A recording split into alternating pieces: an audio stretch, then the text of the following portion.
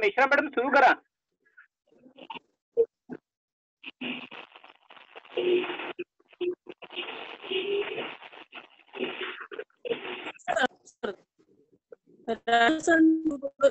राष्ट्रसंत तुकडोजी महाराज नागपूर विद्यापीठ नागपूर, महाविद्यालय नागपूर संयुक्त विमाने आयोजित राष्ट्रसंत तुकडोजी महाराजांच्या विचारांवर आधारित अल्पकालीन प्रमाणपत्र अभ्यासक्रमाचा व्याख्यानसत्राचे आज दिनांक 11 ऑगस्ट 2020 मंगळवार 7व्या सत्रासाठी सर्वांचे स्वागत. यापूर्वी विविध सत्रामध्ये आपण विविध व्याख्यान घेतला आहे. आधी आपण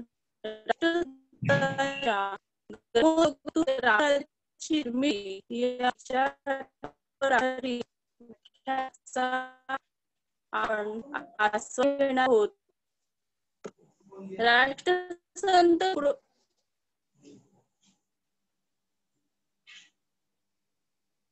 काहीच आवाज नाही येत. राष्ट्रसंत तुकडोजी महाराजांचे नामगीत म्हणजे त्याच्या आणि संस्थेचे तुकडोजी महाराज गावाच्या आयुष्यभर खेळपाड्यात धोका देत नाच रसायला आणि रामराज्य संकलनात साधण्यास प्रयत्न केला. रामराज्य जे आहे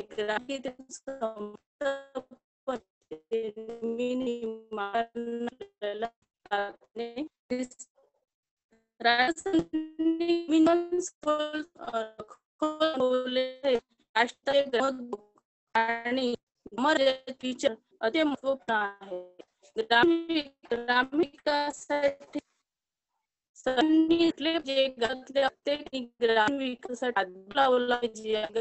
प्रत्येक व्यक्तीने आपलं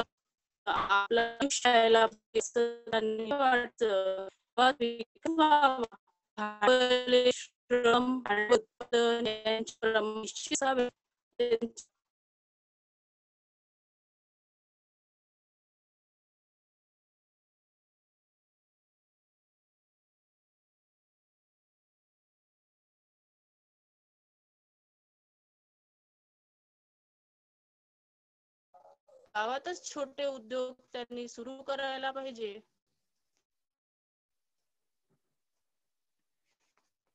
छोटे उद्योग त्यांनी सुरू करायला पाहिजे व शेती करायला पाहिजे. त्यामुळे नोकरीसाठी वणवण फिरणे बंद होईल आणि गावात रोजगाराची व्यवस्था होईल असे राष्ट्रसंतांचे नेहमी सांगणे होते. आणि या सर्व मिळून आपल्याला गावातच रोजगार मिळाल्याने गावाचे सगळ्यांचे भले होईल असे राष्ट्रसंत नेहमी सांगायचे. आपण पाहतो की भारतामध्ये वैदिक काळापासून ग्रामराज्य व्यवस्था अस्तित्वात असलेली आपल्याला दिसते आणि या व्यवस्थेमध्ये गावाच्या विकासाकडे जास्तीत जास्त कल दिसतो.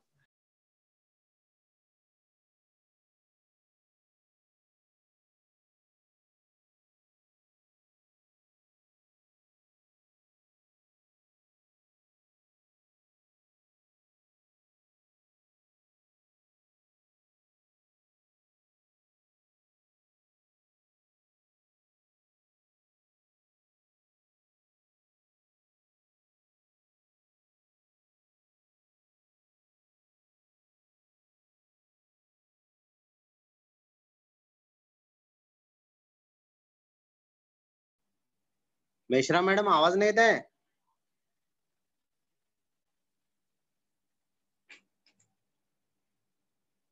अरे हा फोन वायर काढला का रे याचा?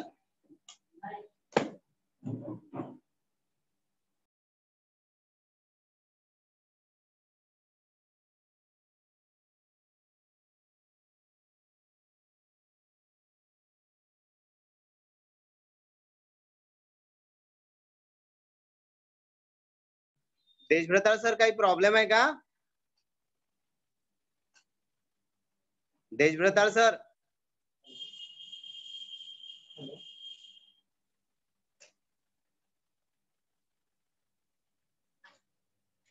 हॅलो काही हॅलो हॅलो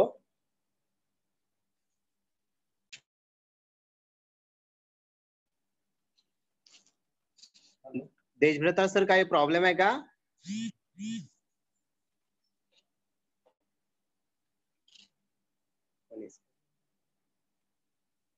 मेश्राम मॅडम आपण नाही आहेत का?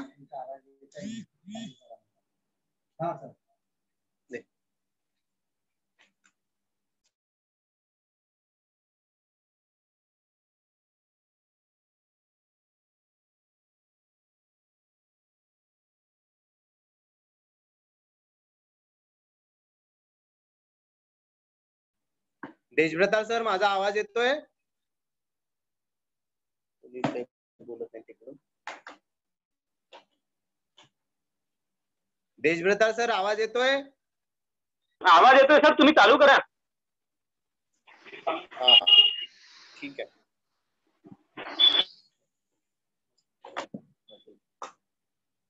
चराचरात वास करणारी गुरुदेव शक्ती वंदनीय राष्ट्रसंत तुकडोजी महाराज यांना अभिवादन करतोय.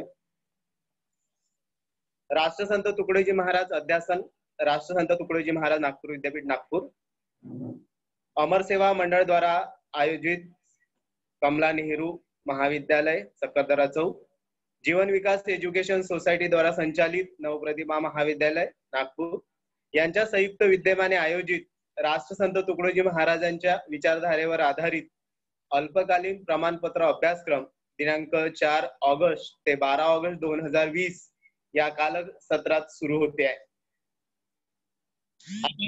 आज ग्रामोद्योगातून ग्रामराज्य निर्मिती या विषयावरील व्याख्यानासाठी एकत्र जमलेला आहोत. हा ग्रामगीतेच्या संचालित जो कार्यक्रम नवप्रतिभा महाविद्यालय असेल, कमला नेहरू महाविद्यालय असेल, राष्ट्रसंत तुकडोजी महाराज अध्यासन केंद्र असेल, यांनी तुकडोजी महाराजांच्या विचारधारेवर आधारित अल्पकालीन प्रमाणपत्र अभ्यासक्रम जो सुरू केला, ती खऱ्या अर्थाने विद्यार्थ्यांची नैतिक जबाबदारी त्यांच्यामध्ये निर्माण व्हावी, नैतिक मूल्य विद्यार्थ्यांनी शिकावं, या दृष्टिकोनातून हा अभ्यासक्रम आयोजित करण्यात आलेला आहे. यामध्ये जे सत्र आयोजित करण्यात आलेले होते त्यामध्ये 8 सत्र आहेत. त्यातले 6 सत्र संपलेले आहेत. पहिल्या सत्रामध्ये आदरणीय गुलाबरावजी खवसे सरांचं ग्रामगीता जीवन विकास परीक्षा विभागाचे अध्यक्ष असलेले गुरुदेव सेवा मंडळाची उद्दिष्टे हे पहिलं सत्र त्यांनी घेतलेलं होतं. त्यानंतर दुसऱ्या सत्रामध्ये तुकडोजी महाराज व्यक्ती आणि वाङ्मय हे सत्र संपन्न झालं. दिनांक 6 ऑगस्टला सामुदायिक प्रार्थना हे गोपालजी कडू यांनी आपल्या मधुर वाणीने हे सत्र गाजवलं. त्यानंतर पौर्णिमाताईंनी महिलोन्नती या विषयावर आधारित दिनांक 7 ऑगस्टला महिलांमधील उन्नती कशी असावी, महिला हा देशाचा आधार कसा आहे यावर आपलं मत मांडलेलं होतं. त्यानंतर दिनांक 8 ऑगस्टला ग्रंथाध्ययन या विषयावर आदरणीय गुरुदेव सेवा मंडळाचे प्रचारक ज्ञानेश्वरजी रक्षक यांनी आपले विचार मांडलेले होते. त्यानंतर 10 ऑगस्टला काल डॉक्टर राजेंद्र जाने प्राचार्य कला वाणिज्य महाविद्यालय BC यांनी जीवन शिक्षणावर आपलं मत प्रदर्शित केलेलं होतं. या सत्राला ज्यांनी ज्यांनी मेहनत केली ते खऱ्या अर्थाने ज्यांनी ज्यांनी आम्हाला सहकार्य केलं आणि हे सर्व सत्र घडवून आणण्यामागे ज्यांचा अनमोल असा वाटा आहे ते कमला नेहरू महाविद्यालयाचे सचिव ऍडव्होकेट अभिजितजी वंजारी, त्यानंतर राजेंद्रजी झाडे सचिव जीवन विकास एज्युकेशन सोसायटी, आणि ज्यांच्या प्रेरणेतनं हा कार्यक्रम उभा होऊ शकला त्या आदरणीय डॉक्टर सुहासिनी वंजारी मॅडम अध्यक्ष अमर सेवा मंडळ, आदरणीय श्री बाबूरावजी झाडे कार्याध्यक्ष, या सर्वांना मी नमस्कार करतोय. खऱ्या अर्थाने आजच्या काळामध्ये ग्रामोद्योगातून ग्रामराज्याची जी निर्मिती आहे ती का व्हावी, ग्रामराज्य म्हणजे नेमकं काय आणि ग्रामोद्योगाची वास्तव अवस्था काय आहे, या सर्वांचं विवेचन आजच्या सत्रामध्ये तुम्ही ऐकणार आहात. याचा विचार करीत असताना वंदनीय राष्ट्रसंत तुकडोजी महाराजांनी खऱ्या अर्थाने संपूर्ण जगावर फार मोठे उपकार केले असे म्हटलं तर वावगं होणार नाही. कारण ग्रामगीता हा जो ग्रंथ आपल्याला दिलेला आहे त्या ग्रामगीतेच्या ग्रंथातून मानवी जीवन सुखी व्हावं, मानवतावाद या समाजामध्ये निर्माण व्हावा, या दृष्टिकोनातून ग्रामगीतेची त्यांनी निर्मिती केलेली आहे. तुकडोजी महाराजांच्या व्यक्तित्वात, वाणीत आणि वाङ्मयात खऱ्या अर्थाने विलक्षण प्रसाद असल्याचे आपल्याला दिसते. ही ग्रामगीता वाचल्यानंतर आपल्याला शब्द आणि साहित्य, अध्यात्म या दोन्ही शास्त्रातील खऱ्या अर्थाने योजलेला प्रसाद आपल्याला दिसून येतोय. त्यांच्या ओव्या एवढ्या सहज आणि सुंदर आहे की त्याच्यामधून माणूस मंत्रमुग्ध होतो. त्यामध्ये विचारांचा परिपाक, रसाळ, केव्हा तीक्ष्ण तर केव्हा कटू वाटण्यासारखा असून सुद्धा एक प्रकारची नितांत सहृदयता या ग्रामगीतेमध्ये असल्यामुळे जीवनाची सहजता त्यामधून उलगडून दाखविता आलेली आहे. गीता लिहिण्याची स्फूर्ती त्यांना कशी झाली याविषयी वंदनीय महाराज म्हणतात, पुण्यक्षत्री पंढरपुरी बसलो असता चंद्रभागे तिरी, स्फुरू लागली ऐसी अंतरी विश्वाकार वृत्ती. जेव्हा मी पंढरपूर क्षेत्री होतो आणि त्यावेळेस पंढरपूरच्या विठोबानी मला विश्वाकार होण्याची आणि विश्वाला संबोधित करणारा ग्रंथ अशी निर्मिती व्हावी अशा या पुण्यक्षेत्री मला वृत्ती प्राप्त झाली. आणि यामध्ये काय आहे, खऱ्या अर्थाने ग्रामगीता गावासाठी नव्हे तर देशासाठी नव्हे तर जगासाठी मानवतावादी दृष्टिकोन रुजवणारी कशी आहे याच्यावर प्रकाश टाकताना महाराजांनी म्हटलेला आहे, मानव मात्राचे प्रथम माहेर आपुले गाव त्यातील घर, यातूनही प्रगती करीत सुंदर पुढे जावे विश्वाच्या. मानव मात्राचं प्रथम माहेर आणि आपलं गाव म्हणजे त्या विश्वाचं घर, आपलं गाव म्हणजे विश्वाचं घर असल्यामुळे त्यातून प्रगती, गाव सुखी तर देश सुखी असा जो विचार सद्गुरूंनी वंदनीय राष्ट्रसंत तुकडोजी महाराजांनी मांडलेला आहे, तिथूनच आपल्याला खऱ्या अर्थाने विश्वाकडे जाता येते. विश्वाची सर्वांगीण सुंदर निर्मिती जर करायची असेल तर आपल्याला गाव सर्वांगीण करावं लागेल, गाव सुंदर करावं लागेल, तेव्हाच विश्व सुंदर होऊ शकते. गावचे जरी उत्तम नसले तरी देशाचे भवितव्य ढासळले, ऐसे मानव जाण त्याने भले हृदया माझी. गावाची जर उन्नती झाली नाही, गावाचं भवितव्य जर ढासळलं तर संपूर्ण विश्व ढासळल्याशिवाय राहणार नाही असं मानवानी लक्षात घ्यावं. आपल्या हृदयामध्ये हे जतन करून ठेवावं की खऱ्या अर्थाने गाव सुखी तरच देश सुखी होऊ शकतो. जाणावे ग्राम हेची मंदिर, ग्रामातील जन सर्वेश्वर, सेवा हेची पूजा समग्र, हाची विचार निवेदावा. सर्वेश्वर कोणाला म्हटलेलं आहे वंदनीय राष्ट्रसंत तुकडोजी महाराजांनी या ग्रामगीतेच्या म्हणजे ग्रामगीतेच्या स्वरूपाने, तर हे गाव म्हणजे मंदिर आहे. गावाला मंदिराचं स्वरूप प्राप्त झालं आणि या गावामध्ये कार्य करणारा जो ग्रामवासी आहे, जो जनसमुदाय आहे, तो म्हणजे सर्वेश्वर आहे. गावातला सर्वेश्वर कोण असेल तर गावातला सर्वेश्वर गावकरी आहे. आणि सेवा हेची पूजा समग्र म्हणजे सेवाभाव त्याच्यामध्ये रुजू दे, सेवेसाठी यावं आणि सेवेसाठी आल्याच्या नंतर त्याने आपलं कर्तव्य चोखपणे पार पाडावं, तरच खऱ्या अर्थाने त्याचा हा विचार जगदंतरी जाऊ शकतो, हा विचार आपल्याला दिसतोय. या सर्व दृष्टिकोनातून वंदनीय राष्ट्रसंत तुकडोजी महाराजांनी ग्रामगीतेच्या निर्मितीच्या दृष्टिकोनातून जे 8 पंचक निर्माण केलेले आहे आणि 41 अध्याय सांगितलेले आहे, त्या 8 पंचकातील 4थ्या पंचकामध्ये त्यांनी ग्रामरक्षण, 11वा अध्याय, 12वा अध्याय ग्रामशुद्धी, 13वा अध्याय ग्राम निर्माण कला, 14वा अध्याय ग्राम आरोग्य आणि 15वा अध्याय गोवंश सुधार. हे 4थं जे पंचक आहे मित्रांनो, या 4थ्या पंचकामध्ये खऱ्या अर्थाने त्यांनी गावाची एकूणच वास्तवता प्रकट केलेली आहे. गावामध्ये कशी परिस्थिती आहे, गावातली वास्तवता काय आहे, गावाचं एकूणच वैभव काय आहे, गावाची एकूणच समृद्धता कशामध्ये आहे, गावामधील एकूणच परिस्थिती कशी आहे आणि ती चांगल्याने विश्वमय कशी होऊ शकते, जगमय कशी होऊ शकते. म्हणजे गाव पातळीवरून जगमय परिस्थिती निर्माण करायची असेल तर आपल्याला या पंचकाचा अभ्यास करावा लागेल. आणि या 5ही अध्यायामध्ये त्यांनी खऱ्या अर्थाने गावाचं एकूणच वास्तव चित्रण केलेलं आहे. गावातील परिस्थिती तत्कालीन कशी आहे, गावाची वास्तव स्थिती कशी आहे, त्याच्यामध्ये आपल्याला गावाचा जो सर्वेश्वर हा शब्द जो वंदनीय राष्ट्रसंत तुकडोजी महाराजांनी उपयोजिला आहे तो कशाचं मर्म आहे, काय आहे त्या शब्दामध्ये साठवलेलं, कोणतं शब्द सौष्ठव त्याच्यामध्ये भरलेले आहे, हे प्रत्येक ग्रामाने ओळखायला पाहिजे. आणि हे जर प्रत्येक ग्रामाने ओळखलं मित्रांनो तर खरंच ग्रामोद्योगातून ग्रामराज्याची निर्मिती होऊ शकते. आणि ग्रामराज्याची जर निर्मिती झाली तर खऱ्या अर्थाने देश सुदृढ होऊ शकतो, देशाचं वैभव वैभवशाली देश होऊ शकतो, नव्हे जग वैभवशाली बनू शकते. वंदनीय राष्ट्रसंत तुकडोजी महाराजांच्या या चौथ्या पंचकातील ग्रामनिर्माण पंचक जर आपण लक्षात घेतलं तर गावाची एकूणच परिस्थिती, गावातील एकूणच वैभव, गावातील एकूणच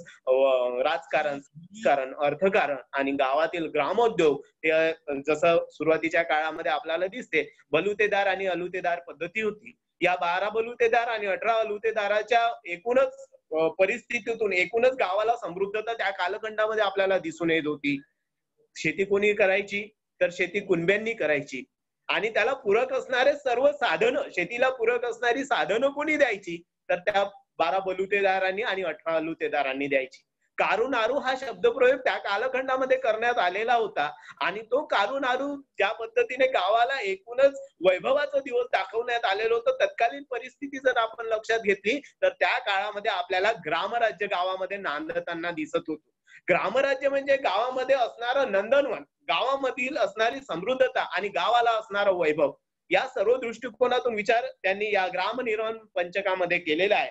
त्यानंतर 8व्या पंचकामध्ये त्यांनी 28 आणि 29 अध्यायामध्ये 28व्या अध्यायामध्ये त्यांनी ग्राम कुटुंब या अध्यायामध्ये गाव म्हणजे पूर्ण कुटुंब आहे आणि त्या गावाच्या स्वरूपामध्ये कुटुंबाचं स्वरूप कसं असायला पाहिजे, गावातला घराचा कर्ता प्रमुख जो असतो त्याने घराची जी सर्वस्वी जबाबदारी आपल्या खांद्यावर पेललेली असते, त्या पद्धतीने गावातला प्रमुख पुढारी जो असेल त्याने गावाची सर्व जबाबदारी आपल्या खांद्यावर घ्यावी. घर ज्या पद्धतीने सशक्त राहील, घरामधील अडीअडचणी, घरामधील सुखदुःख, घरामधले कुटुंबातले सर्व मेंबर्स, कुटुंबातले सर्वच घटक याला ज्या पद्धतीने इजा झाली तर कुटुंब प्रमुख ढासाळतो, त्या पद्धतीने गावातल्या एकूणच म्हणजे गावामध्ये जेवढे समुदाय असेल, गावामधले जेवढे घरं असेल, गावामधील एकूण ज्या पद्धतीचे कुटुंब गावरचना असेल, त्या गावरचण्यातल्या प्रत्येक समुदायामध्ये तो उच्चवर्णीय असू द्या की म्हणजे कनिष्ठ वर्णीय असू द्या, त्या सर्वांना एका नात्याने गुंफणारं गाव असायला पाहिजे. त्या दृष्टिकोनातून त्यांनी ग्राम कुटुंबाची निर्मिती या 28व्या अध्यायामध्ये केलेली आहे आणि त्यातून सुद्धा त्यांनी ग्राम कुटुंबाची निर्मिती करत असताना ग्रामोद्योगाला प्राधान्य दिलेलं आहे. हे ग्रामोद्योग कसं असायला पाहिजे, या ग्रामोद्योगाच्या माध्यमातून गावाचा एकूण विकास कसा होऊ शकतो, गावाची म्हणजे गावामध्ये असणाऱ्या कला कशा आहेत, गावामध्ये असणारी एकूण स्थिती कशी आहे, गावामध्ये तरुण कसे आहेत, गावामधील लहान मुलं कशी आहेत, गावामध्ये प्रौढ कसे आहेत, या सर्व गोष्टीचा विचार त्यांनी केलेला आहे. आणि भूवैकुंठ जर या आपल्या जमिनीवर, आपल्या भूमातेवर राबवायचं असेल तर भूवैकुंठाची कल्पना त्यांनी 29व्या अध्यायामध्ये केलेला आहे.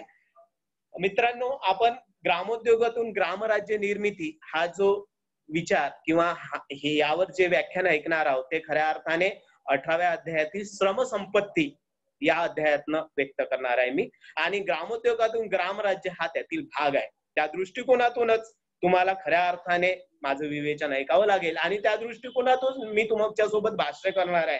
सहजच आपण विचाराचं आदान प्रदान करणार असावं असं मला वाटतं आणि त्या दृष्टिकोनातून विचार व्यक्त करत असताना गावाची जी स्थिती आहे ती आता सशक्त असायला पाहिजे, गाव सुधारायला पाहिजे. या सर्व अट्टहासातून महाराजांनी जे 41 अध्याय दिलेले आहे, हे 41 अध्याय खऱ्या अर्थाने सर्वांनी लक्षात घ्यायला पाहिजे. शहर असू द्या, ग्राम असू द्या, गाव म्हणजे गावाची परिस्थिती कशी आहे, गावाची एकूण गावाला वैभवशाली गाव बनवायचं असेल तर त्या दृष्टिकोनातून आपल्याला विचार करावा लागतो. आणि राष्ट्रसंत तुकडोजी महाराजांनी ग्रामगीता या ग्रंथातून आपल्याला शेतकऱ्यांच्या, शेतमजुरांच्या कल्याणकारी राज्याची जी संकल्पना साकारून येथील ग्रामांना सुखी आणि संपन्न करण्याचा जो राजमार्ग दाखवलेला आहे त्याचा विचार आपल्याला करायचा आहे. आणि तो विचार करायचा असेल तर गाव सुखी तर देश सुखी आणि देश सुखी तर जग सुखी, हा विचार आपल्याला या ग्रामगीतीच्या रूपाने महाराजांनी करून दिलेला आहे. आणि प्रत्यक्षात आपल्या देशात वंदनीय राष्ट्रसंतांच्या मार्गावर आपण जर चाललो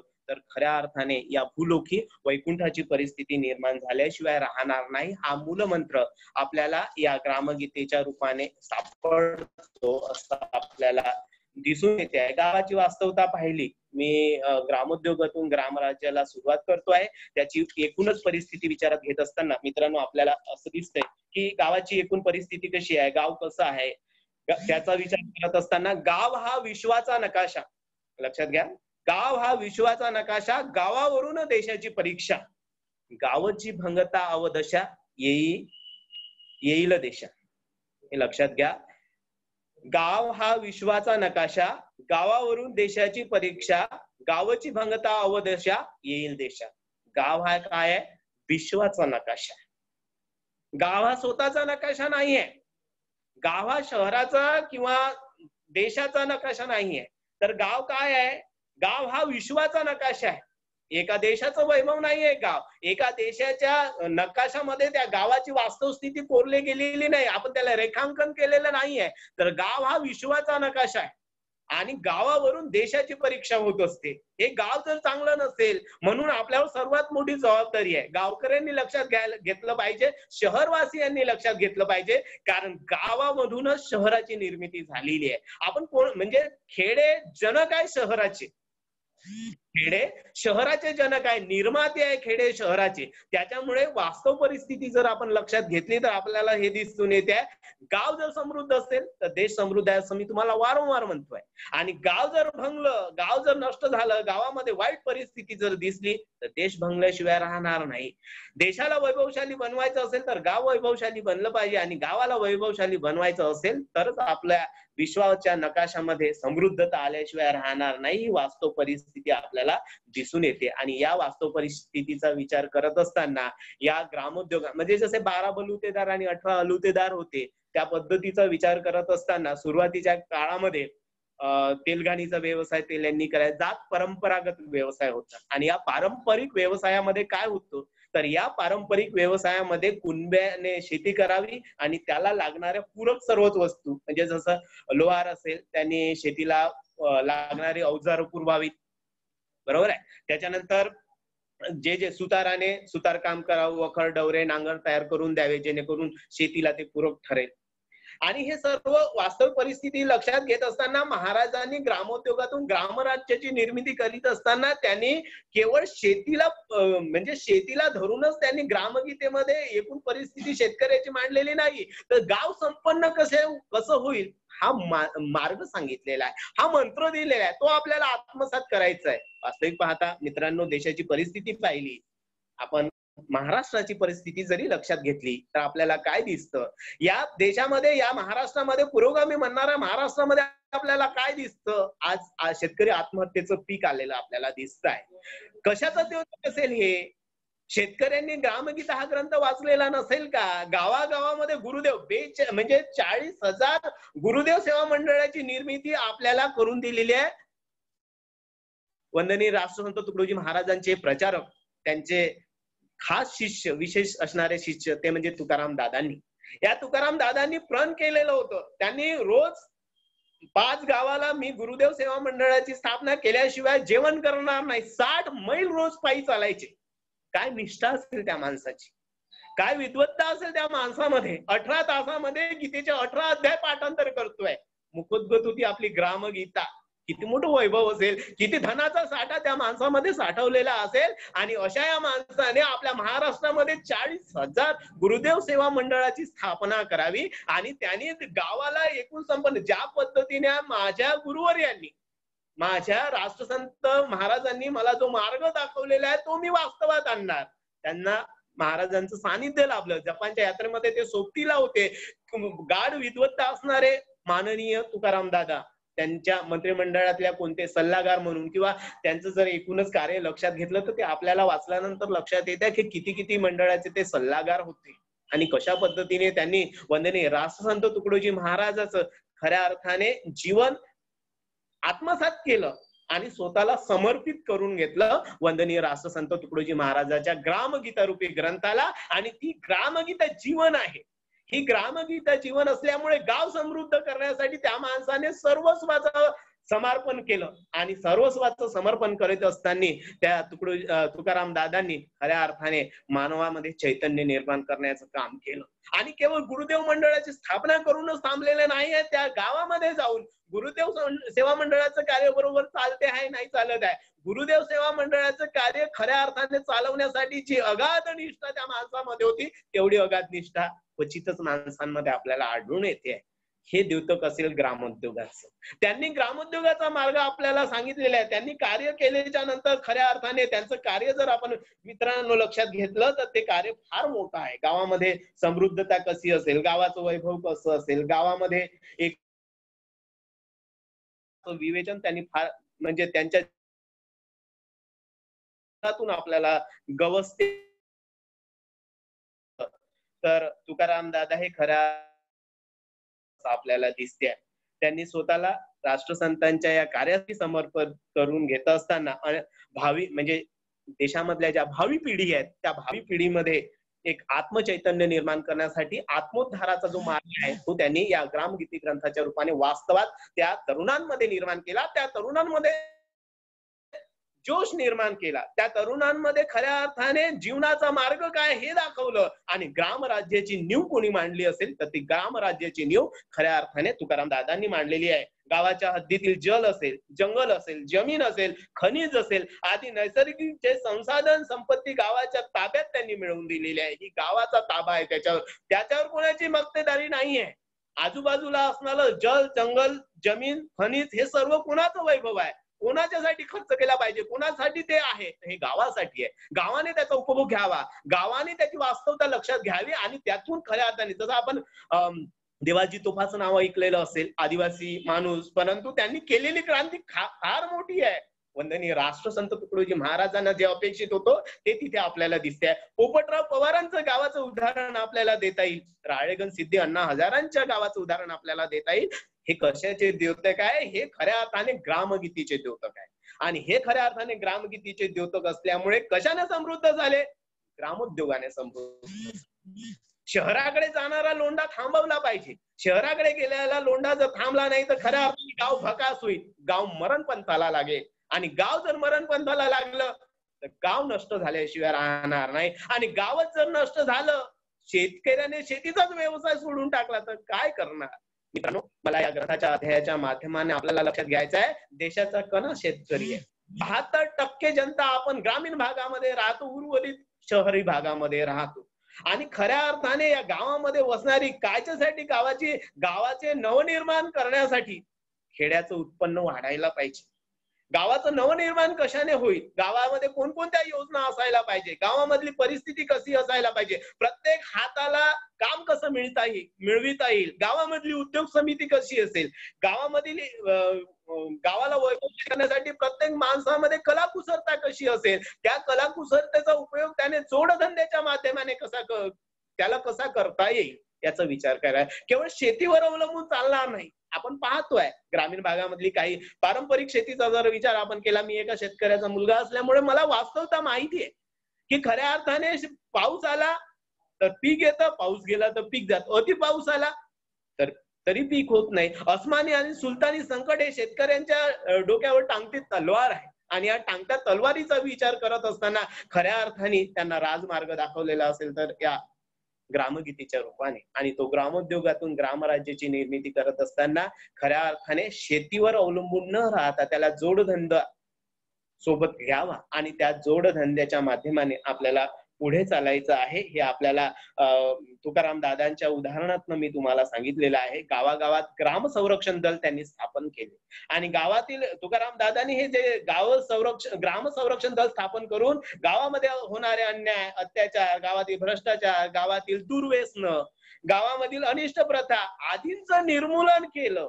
हा ग्रंथ खऱ्या अर्थाने भ्रष्टाचार आणि ह्या साऱ्या गोष्टीला तर तसाही एकूणच हद्दपार करणाराच आहे असं आपल्याला दिसते. वैज्ञानिकतेचं सत्य म्हणजे ग्रामगीता आहे आणि या वैज्ञानिकतेचं सत्य ग्रामगीतेमध्ये असल्यामुळे वैज्ञानिकतेची कास ग्रामगीतेच्या स्वरूपामधून आपल्याला सापडत असल्यामुळे आपण ज्या पद्धतीने पौराणिक आपण विचार केला, वेद असेल, उपनिषद असतील, पुराण असतील, ह्या सर्वाचा परिपाक म्हणजे हा ग्रंथ आहे असं आदरणीय राष्ट्रसंत तुकडोजी महाराजांनी आपल्याला सांगितलेलं आहे. बाकी नाही वाचलं तरी चालेल, परंतु प्रत्येक माणसाने ग्रामगीता वाचायला पाहिजे आणि त्यानुसार आपलं जीवन मार्गक्रमण केलं पाहिजे. हे खऱ्या अर्थाने आपल्याला ग्रामगीतेमधनं तुकाराम दादाच्या कर्तृत्वावरनं आपल्याला दिसते आहे. गावामध्ये एक न्याय मंडळ असावं आणि ते स्थापन करून गावातच न्याय व्यवस्था केली गेली पाहिजे. गावामध्ये सेंद्रिय शेती असायला पाहिजे. आज आपल्याला दिसते गावाची वास्तव परिस्थिती पाहिली, रासायनिक खतांमुळे काय झालेली आहे, गावाची उपजाऊ पद्धतीच नष्ट झालेली आहे. गावामध्ये सेंद्रिय शेतीच्या मार्गातनं सेंद्रिय उत्पादन जे निर्माण होतं, त्या सेंद्रिय उत्पादनाच्या भरोशावर आपण चांगल्या पद्धतीने जीवन जगू शकतो. रासायनिक उत्पन्नातनं आपल्याला विषच खावं लागेल, परंतु सेंद्रिय शेतीच्या माध्यमातून खऱ्या अर्थाने आपल्याला काय करावं लागेल, जीवन उन्नत करता येईल, आपले विचार उन्नत होईल, सर्वच उन्नत होईल. या सर्व दृष्टिकोनातून सेंद्रिय शेतीला महत्व त्यांनी त्या काळामध्ये दिलेलं होतं. आणि हे सेंद्रिय शेती कशाने असेल, रासायनिक खताचा अजिबात वापर करायचा नाही, तर शेणखत असेल, त्याच्यानंतर वनस्पतींची पानं असतील, त्याचा बनवलेला अर्क असेल, तो फवारणीच्या रूपाने आपण कडुलिंबाचा अर्क वगैरे शेतकरी या आपल्याला सेंद्रिय शेतीमध्ये फवारताना दिसते. आणि त्याच्यातून आलेलं जे भरघोस पीक आहे, त्या पिकांवर आपलं जीवन व्यवस्थित सुदृढ कसं होऊ शकते, त्याचा तो मार्ग म्हणजे सेंद्रिय शेती असेल. त्यानंतर गावामध्ये असणारं गोरक्षण आहे.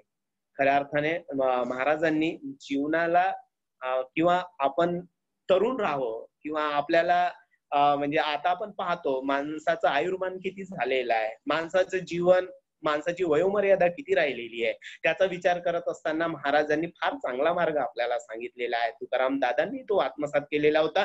गुरुदेव सेवा मंडळाचे सर्वच शिष्य, सर्व चेले ते आत्मसात करतायत. आणि त्याच्यातून त्यांनी काय सांगितलेलं होतं, तर त्यांनी खऱ्या अर्थाने सांगितलेलं होतं की चहाला त्यांनी वर्ज्य मानलेलं आहे, चहा पिऊ नये, जेवणही कसं असावं, उठता बसता म्हणजे झोपण्यापासून खऱ्या अर्थाने दिनचर्याच कशी असावी, ही दिनचर्या कशी असावी याचं वेळापत्रक म्हणजे ग्रामगीता आहे. त्याचा विचारही त्या दृष्टिकोनातून त्यांनी केलेला आहे. आणि गोरक्षण गावामध्ये असायला पाहिजे. त्या गोरक्षणाच्या माध्यमातून गाय आपल्याला जे दूध, दही आणि तूप देते, त्याने आपण आपलं जीवन सशक्त होईल, त्याने आपलं आयुष्यमान वाढेल. रोज आपण ताक पिलंच पाहिजे, रोज आपण दही खाल्लं पाहिजे जेवणामध्ये, हा मार्ग त्यांनी सांगितलेला होता. ग्रामोद्योग, कुटीरोद्योग, लघु उद्योग हे सर्व गावात असायला पाहिजे. आणि गावातील कच्च्या मालाचा पक्का माल व्हावा याची कार्यदिशा सुद्धा गावाला मिळायला पाहिजे. गावामध्ये प्रशिक्षणाची व्यवस्था केली पाहिजे. तरुण मित्रमंडळी ज्या पद्धतीने इतरत्र शहरामध्ये जाऊन काय करतात, शहरामध्ये जाऊन प्रशिक्षण घेतात. हे शहराचं जे प्रशिक्षण आहे, शहराचं प्रशिक्षण शहरात न जाता गावातच त्याला कसं प्राप्त होईल, गावच कसं उन्नत होईल आणि गावामध्ये सर्व व्यवस्था कशी तयार करता येईल याचा एकूणच विचार ग्रामोद्योगाच्या माध्यमातून त्यांनी मांडलेला आहे. आणि कच्च्या मालाचा पक्का माल व्हावा याची एकूणच प्रणाली त्या ग्राम प्रशिक्षणाच्या माध्यमातून आपल्याला देता आली पाहिजे. गावामध्ये गोबर गॅस असावा, गावामध्ये चरसंडास असावं, सुधारित बियाणं गावामध्ये असावे आणि रासायनिक खते, औषधे यांचा वापर बंद करून सावकाराच्या बँकेच्या दाढेतून लोकांना सोडविण्यासाठी गावामध्ये ग्रामनिधी कोष असावा, धान्य कोष असावा, जेणेकरून जसं आता कोरोनाचा काळ आपल्याला माहित आहे, कोविड-19 सुरू आहे, गेल्या मार्च महिन्यापासून आपण सर्वजण होरपळतो आहे. जीवन जगण्याचा मार्गच आपल्याला कुंठित झाल्यासारखा वाटतोय.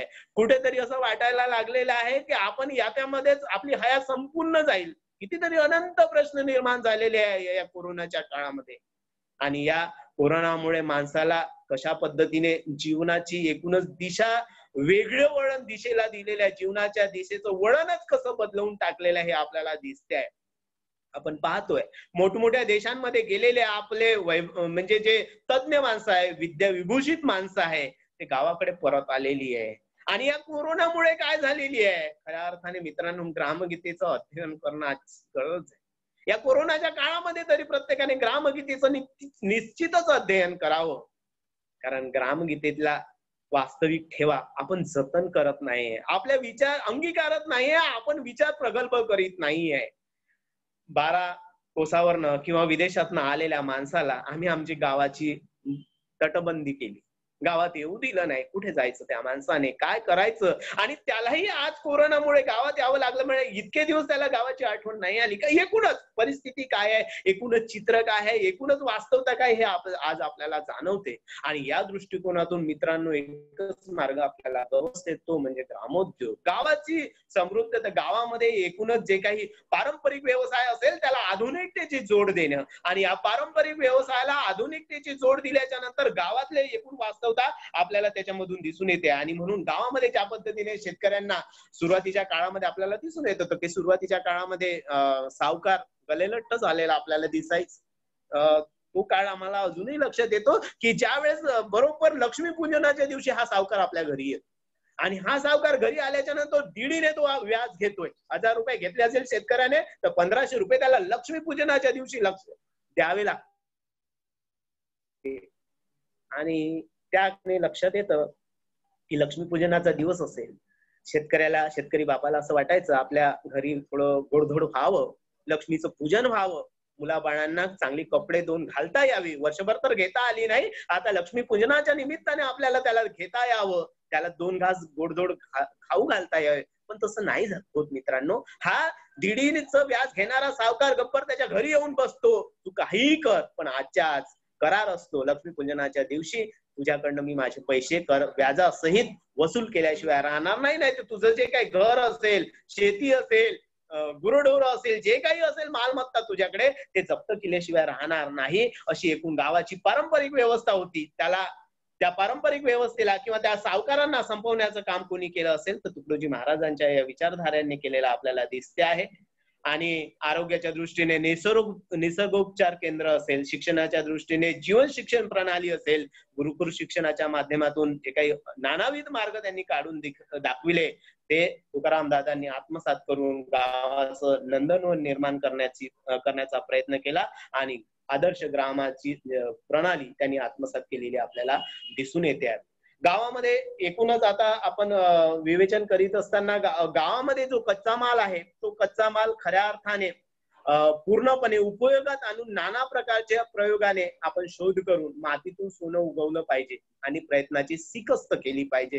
ही प्रयत्नाची सिकस्त करण्यासाठी या शेतकऱ्यासोबत किंवा या शेतीतल्या एकूणच कार्यप्रणालीमध्ये सर्वात महत्वाचा घटक कोणता असेल तर मजूर हा सर्वात महत्वाचा घटक आहे. मजुरावरीच आहे उत्पादनाची मुख्य ग्रामाचे धन, तया माझी करणे कुचरपण वेडेपणाचे. मजुराने मजुरी करण्यात किंवा काम करण्यात प्रत्येकाने कुचराई करू नये आणि ही कुचराई जर आपण काम करताना करीत असेल तर ते वेडेपणाचं लक्षण आहे, वेड्याचे लक्षण आहे, हे लक्षात घेतलं पाहिजे. उत्पादनाचा सर्वात महत्वाचा कोणता घटक असेल तर तो उत्पादनाचा सर्वात महत्वाचा घटक आहे तो म्हणजे मजूर. आणि या मजुराच्या भरोशावर आपली शेती किंवा ग्रामोद्योग, ग्रामीण भागातले जे छोटे मोठे उद्योग ज्याची पायाभरणी आपण केलेली असेल, जे उभे केले असेल, त्याचा सर्वात महत्वाचा दुवा कोण ठरतो तर तो त्याचा सर्वात महत्वाचा दुवा मजूर ठरतो आहे. आणि म्हणून उत्पादनाची मुख्य ग्रामाचे धन, उत्पादन गावाचं मुख्य धन आहे, तया माझी करणे कुचरपण आणि त्याच्यामध्ये कोणीच कुचराई करू नये. शेतकरी ज्या पद्धतीने राबतो त्या पद्धतीने मजुराने राबावे, त्याच्यातल्या घरादारातल्या सर्व लोकांनी राबावे असं आपल्याला दिसते आहे. आणि गावाची वास्तवता पाहत असताना याची सर्वस्वी असती जबाबदार शक्ती संपत्ती विचार प्रचार हे एकही नाही तळ्यावर म्हणून ग्राम ओसाडले. गाव का भकास झालं? गावामध्ये ज्या गोष्टी पाहिजे होत्या, ज्या गावातील एकूणच वास्तव परिस्थितीला समृद्ध करणाऱ्या होत्या, त्याच्यामध्ये असेल आपल्याला शक्ती आहे, गावाची एकूण शक्ती आहे, गावामध्ये असणारी संघटन शक्ती सुद्धा आपण त्याला म्हणूया, संपत्ती आहे, विचार आहे, प्रचार आहे, हे कुठेतरी ताळमेळ बसलेला नाही. याचा आपण ज्या पद्धतीने प्रचारक फार महत्वाचा आहे. यांनी वंदनीय राष्ट्रसंत तुकडोजी महाराज यांनी प्रचारकावर एक अध्याय लिहिलेला आहे आणि तो प्रचारक जसं महात्मा गांधींनी आपल्या देशाला स्वातंत्र्य मिळवून देताना संपूर्ण देशभर जो प्रचार केलेला आहे, कशाचा प्रचार केलेला होता त्या काळात? स्वराज्याचा प्रचार केलेला होता. आणि या प्रचारकाचा जो महत्वाचा घटक आहे तो महात्मा गांधींमध्ये आपल्याला दिसतोय. प्रचारकाचा एकूण घटक दिसतो आपल्याला वंदनीय राष्ट्रसंत तुकडोजी महाराजांनी. आणि या वंदनीय राष्ट्रसंत तुकडोजी महाराजांनी खऱ्या अर्थाने तो अंगीकारून आपण पाहतोय. त्यांची भजनं जर आपण लक्षात घेतली, त्यांचं एकूणच साहित्य आपण लक्षात घेतलं नव्हे, त्यांचं एकूणच जीवन प्रणाली आपण लक्षात घेतली तर आपल्याला दिसते राष्ट्रसंतांनी केलेलं कार्य अगाध आहे, त्याला तोड नाहीये. आणि त्या दृष्टिकोनातून आपल्याला गावाची ओसाडता, गावामध्ये भकासता येऊ नये, गावाचं वैभव टिकून राहावं, गावातली एकूण परिस्थिती गावातच राहावी, याच्यासाठी आपल्याला शक्ती, संपत्ती, विचार आणि प्रचार कुठेतरी याचा ताळमेळ बसवावा लागेल आणि तो ताळमेळ बसून गावाला समृद्ध करता येईल असं आपल्याला दिसतंय. ही माती म्हणजे खऱ्या अर्थाने काय आहे? या मातीमध्ये गावातला जो कच्चा माल आहे किंवा गावातील एकूणच जे काही धन आहे, गावातलं एकूणच जे साधन आहे, त्याला आपण या मातीला संशोधित करून याच्यामध्ये कोणते उपजाऊ गुण आहेत, त्याच्यामध्ये कोणतं पीक येऊ शकते, या मातीमध्ये कशा पद्धतीने एकूणच म्हणजे शेतकऱ्यांना जे प्रशिक्षण दिलं जात असते. आता आपण पाहतो ऍग्रिकल्चरच्या माध्यमाने आपल्याला दिसतंय, या ऍग्रिकल्चरच्या माध्यमातून आपल्याला काय दिसतं की गाव म्हणजे कोणत्या पद्धतीने, आधुनिक पद्धतीने शेती कशी करायला पाहिजे, किती तासानंतर म्हणजे 4 तास शेंगदाण्याचे असेल, 5व्या तासाला काय असायला पाहिजे, एक तुरीची ओळ असायला पाहिजे, बरोबर आहे. त्याच्यानंतर 6व्या तासाला काय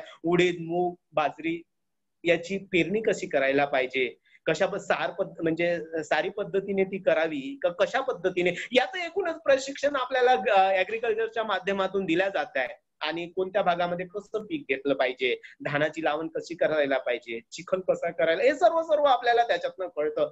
हे सर्व ऍग्रिकल्चरच्या माध्यमातून जरी कळत असलं मित्रांनो, पण त्याचं एकूण प्रशिक्षण देणारा ग्रंथ आपल्याला ग्रामगीतेच्या रूपाने सापडतो आहे.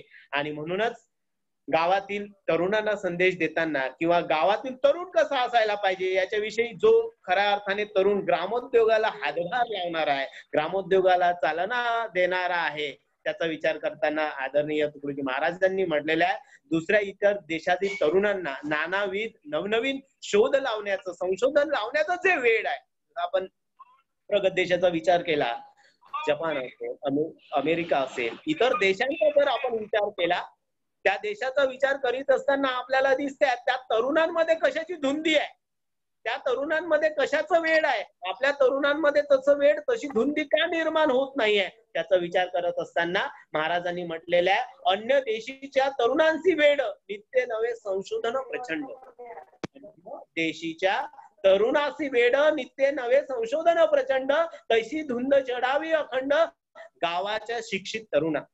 लक्षात देऊन ऐका विद्यार्थी मित्रांनो, तुमच्यासाठी आहे, लक्षात घ्या. वाणिज्य विभागाचे जे विद्यार्थी असेल त्यांनी संदर्भासाठी या साऱ्या उभ्या लक्षात घ्याव्या. कुठेतरी आपल्याला तुम्हाला ज्या पद्धतीने बीकॉम भाग 2 ला एक पुस्तक कौशल्य विकास नावाचं पुस्तक आहे, त्या कौशल्य विकास पुस्तकामध्ये त्यांनी ग्रामोद्योग असेल, लघुउद्योग असेल, त्याचे वैशिष्ट्य काय, त्याचे महत्व काय आहे, या साऱ्या गोष्टीचा विचार करीत असताना ती कुठे सापडेल, त्या सर्व गोष्टीचा संदर्भ कुठे सापडते, त्या सर्व गोष्टीचा संदर्भ आपल्याला या ग्रामगीतेच्या रूपाने सापडते आहे. म्हणून अन्य देशीच्या तरुणांची वेळ, अन्य देशामधल्या तरुणांना जे वेळ लागलेलं आहे तसं वेळ आपल्या तरुणांमध्ये निर्माण व्हावं, त्यासाठी नित्य नवे संशोधन प्रचंड, नव्याने नेहमी संशोधन झालं पाहिजे. कुठे संशोधन झालं पाहिजे? पीएचडी प्राप्त करण्यासाठी संशोधन नाही झालं पाहिजे, आचार्य पदवी घेण्यासाठी संशोधन नाही झालं पाहिजे, तर कशासाठी संशोधन झालं पाहिजे? हे संशोधन ग्रामोद्योगासाठी झालं पाहिजे, हे संशोधन शेतीच्या व्यवसायासाठी झालं पाहिजे. आणि हे जर सुधारलं तरच आपण पुढे सुधारू शकतो. याचं तैशी धुंद चढावी अखंड गावाच्या शिक्षित तरुणा, गावातल्या शिक्षित तरुणांना कोणती धुंद चढावी, तर इतर देशामध्ये ज्या पद्धतीने तरुणांना, इतर देशातल्या तरुणांना नवनवीन संशोधन करण्याची जी काही धुंद लागले, जे वेड लागलेलं आहे, तसं वेड आपल्या गावात, आपल्या देशातील तरुण शिक्षितांना लागलं पाहिजे. ही त्यांच्यामध्ये धुंद निर्माण व्हावी. तरुणांना कोणती धुंद निर्माण व्हावी, तर तरुणांना ही धुंद निर्माण व्हावी की इतर देशामधले जे तरुण ज्या पद्धतीने संशोधनाचं वेड त्यांच्यामध्ये लागलेलं आहे, तसं आपल्या या संशोधनाचं वेड या तरुणांमध्ये लागलं पाहिजे. गावाचे तरबेज कलावान असतील त्यांना प्रोत्साहन द्यावे व जीवनाच्या उपयोगी येतील त्या नवनवीन वस्तू त्यांच्याकडून निर्माण कर. गावामध्ये असंख्य लोक आहेत, गावामध्ये कितीतरी लोकांना ग्रामोद्योग म्हणजे शेतीबरोबर इतरही व्यवसाय करणारे लोक आहेत, त्यांच्यामध्ये ज्या कलाकुसरता आहे त्याला आपण चालना दिली पाहिजे. त्या कलाकुसरता त्यांच्यामधून बाहेर काढल्या पाहिजे. आणि ज्या पद्धतीने उद्योगे यंत्रेही निर्मावी, परदेशा भीक न मागावी, परदेशामध्ये आपल्याला दुसऱ्याच्या समोर हात पसरता आला ना पाहिजे. ही कलाकुसरता आपल्याला आपल्याच गावामध्ये राहून निर्माण करायची आहे, आपणाशी करूनही भोगावी वैभव सारी. आपलं वैभव दुसऱ्याच्या जीवावर नसावं. दुसरा देतोय, आयत्या बिळाचा नागोबा आपल्याला बनायचं नाहीये, तर आपल्याला ते निर्माण करायचं आहे. आपल्याला दुसऱ्याच्या समोर एक आदर्श प्रस्थापित करायचा. आदर्श गावाची रचना म्हणजे ग्रामराज्य, आणि हे ग्रामराज्य म्हणजे रामराज्य. आणि हे रामराज्य निर्माण करायचं असेल तर उद्योगे यंत्रेही निर्मावी, परदेशा भीक न मागावी, आपणची करुणी भोगावे वैभव सारी. आपणच निर्माण करायचं आणि आपणच वैभवशाली बनायचं. दुसऱ्याच्या जीवावर उदार बनण्याचं कधीही कर्तव्य करू नये, हे महाराजांनी आपल्याला सांगितलं. गावामध्ये चरखा टकळीच्या वस्त्र स्वावलंबनाच्या उद्योगापासून अन्य धान्योत्पादनाचे प्रयोग करून घरदार सर्व व्यवस्थित चालायला पाहिजे. आणि त्यानंतर महाराजांनी सर्वात मोठा आपल्याला एक मार्ग सांगितलेला आहे, मार्ग दाखवलेला आहे. प्रत्येक घरी जोडधंदा सुरू करून घरच्या सर्व महिला पुरुषांना कामे करण्याची सवय लावावी. म्हणजे आपण शेती करीत असताना किंवा विशिष्ट कालावधी आपण जसं आपण एखादी नोकरी करतो, कर्तव्य करावंच लागतं प्रत्येक माणसाला. कर्मण्यवाधिकारस्ते मा फलेषु कदाचिना, त्या पद्धतीने गीतेच्या शिकवणुकीनुसार आपल्याला कर्म करूनच आपलं जीवन यापन करावं लागतं. त्या पद्धतीने विचार करत असताना आपल्याकडे जो वेळ उरलेला असतो, त्या उरलेल्या वेळामध्ये किंवा घरी जे काही महिला मंडळी असेल, लहान म्हणजे छोट्या मुलं अभ्यास केल्याच्या नंतर त्यांना सहज जी काही कला आपल्याला सहज जमते असेल, त्या विद्यार्थ्यांचा किंवा छोट्या मुलांमध्ये एक प्रकारची निर्मिती क्षमता असते. ती निर्मिती क्षमताचं एकूणच प्रशिक्षण त्याला या जोडधंद्याच्या माध्यमातून प्राप्त व्हावं. सर्व महिला पुरुषांना कामे करण्याची सवय लागावी, आणि अशा प्रकारे त्याला जर सवय लागली तर जीवनातील अडीअडचणी, जीवनामध्ये येणाऱ्या आपत्ती, जीवनामध्ये येणाऱ्या आपदा नष्ट झाल्याशिवाय राहणार नाही. लक्ष देऊ नये का? प्रत्येक घरी जोडधंदा, सर्व स्त्री पुरुष याची छंदा, दूर करावया आपदा जीवनाच्या लागावे. जीवनातले संकट, जीवनातील आपत्ती, जीवनातल्या आपत्तीवर जर मात करायचं असेल, खऱ्या अर्थाने जीवनामध्ये नाना तऱ्हेच्या आपत्ती येत असतात. शेतकऱ्याचं जीवन तर हे आपत्तीचं धनच आहे. प्रत्येक वेळी त्याच्या जीवनामध्ये संकट काळ आवासूनच बसलेले असतात.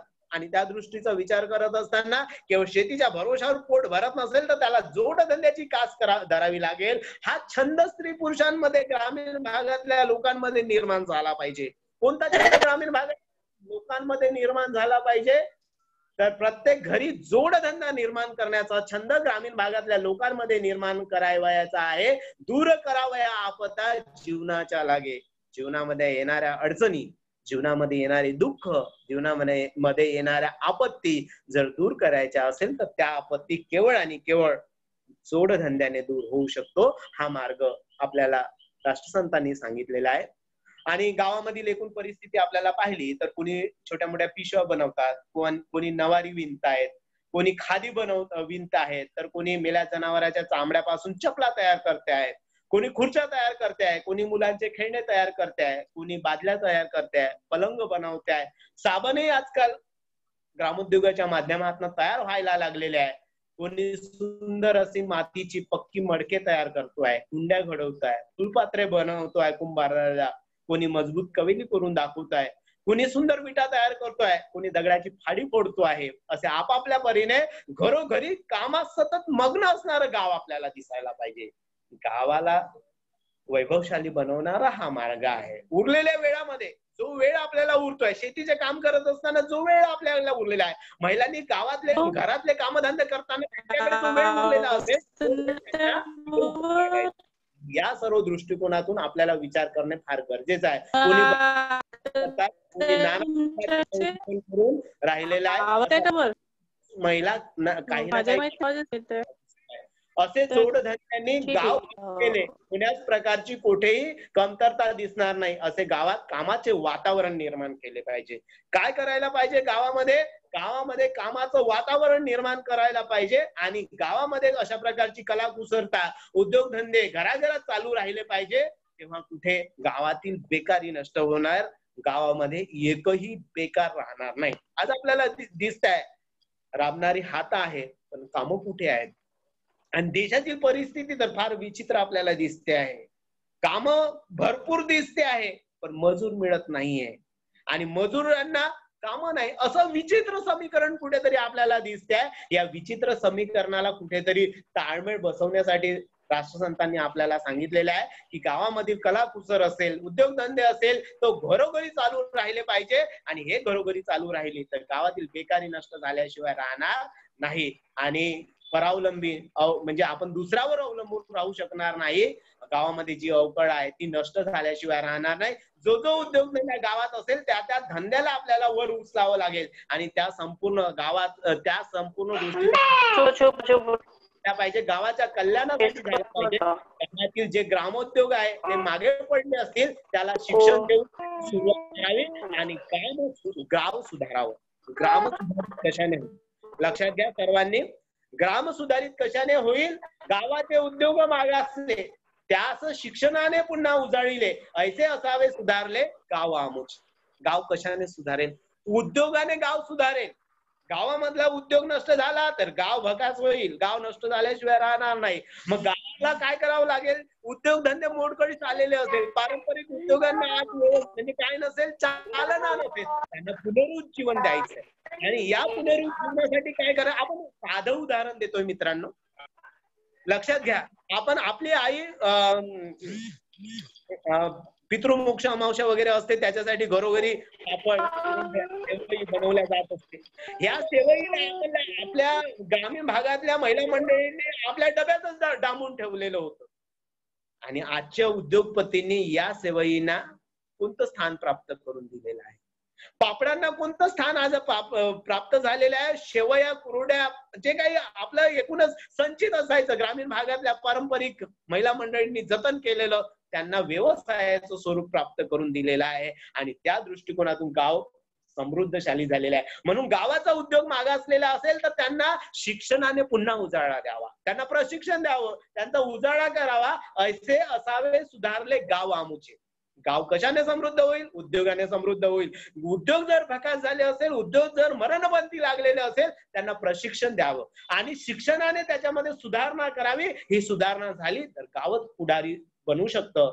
आणि असं जर नसेल तर काय होईल? असं जर नाही, ज्या ज्या वस्तू गावात म्हणजे गावामधले उद्योग सुदृढ करण्यासाठी गावातल्या उद्योगांना उद्योजकांना प्रशिक्षित करणं आणि या उद्योजकांना प्रशिक्षित करणं म्हणजे उद्योग पुनर्निर्माण करणं असं आपल्याला दिसते आहे. आणि म्हणून ज्या ज्या वस्तू गावात निर्माण होतात त्या प्रत्येकाने आपणहून खरेदी केल्या पाहिजे. आणि गावातली वस्तू आपण गावात खरेदी न करता शहरामध्ये ती वस्तू जर घ्यायला गेलो असेल तर त्याच्यासारखा गावद्रोही कोणी नाही. गावाचा शत्रू कोण असेल तर गावाचा शत्रू गावामध्ये पिकणारी वस्तू, गावामध्ये निर्माण होणारी वस्तू गावातल्या माणसाने खरेदी न करता शहरामध्ये जाऊन त्याला ऐश्वर्यशाली वस्तू निर्माण करायची, खरेदी करायची असेल, आपली ऐट दाखवायची असेल, 4 लोकांपेक्षा मी वरिष्ठ आहे असं जर दाखवायचं असेल तर हा गावद्रोह आहे. गावाचा द्रोही आहे तो माणूस, गावाचा शत्रू आहे असं आपल्याला लक्षात घ्यायला पाहिजे. ज्या वस्तू गावात निर्माण होत असतील त्या गावातच निर्माण होणाऱ्या वस्तू त्याने दुसरीकडून विकत न घेता गावातच. आणि हे सर्व गावामध्ये जी कलाकुसरता आहे, गावामध्ये एकूणच समृद्धता आहे, गावामधल्या ज्या काही गोष्टी गावात निर्माण होते त्या घरापुरतं सीमित ठेवू नये. त्याचं एक काय व्हावं, त्याचं एक प्रदर्शन भरवावं. आणि त्या प्रदर्शनाच्या माध्यमाने काय व्हावं तर त्या प्रदर्शनाच्या माध्यमाने गावातल्या लोकांना त्या प्रदर्शनामध्ये आमंत्रित करावं. गावामध्ये काय काय वस्तू निर्माण झालेल्या आहेत त्या प्रदर्शनामध्ये ठेवाव्या, लोकांनी त्या पाहाव्या आणि खरेदी कराव्या. आपल्या गावात ज्या वस्तू तयार होत असतील त्याच आपण वापराव्या. त्यामुळे गावातील संपत्ती गावातच राहील आणि गावाची धनशक्ती वाढेल, गावाची संपत्ती वाढेल, गावाची शक्ती वाढेल. त्या दृष्टिकोनातून विचार करत असताना आपल्या गावी जे जे होते आपणची वस्तू वापरावी. ते आपल्या गावी जे जे होते आपणची वस्तू वापरावी. तेने गावाचे धन गावीच राहते, शक्ती वाढते तयाची. कशाने ही शक्ती वाढत असेल तर त्याची शक्ती खऱ्या अर्थाने गावात